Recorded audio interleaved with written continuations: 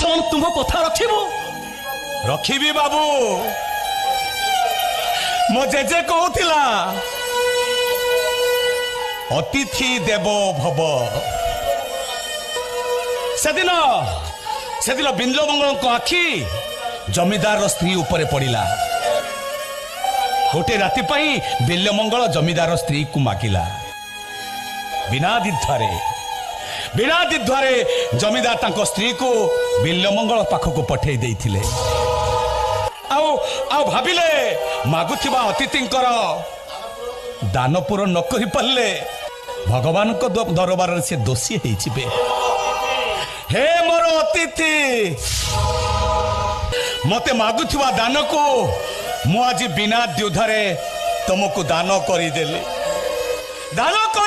ମୁଁ ଦାନ କରିଦେଲି।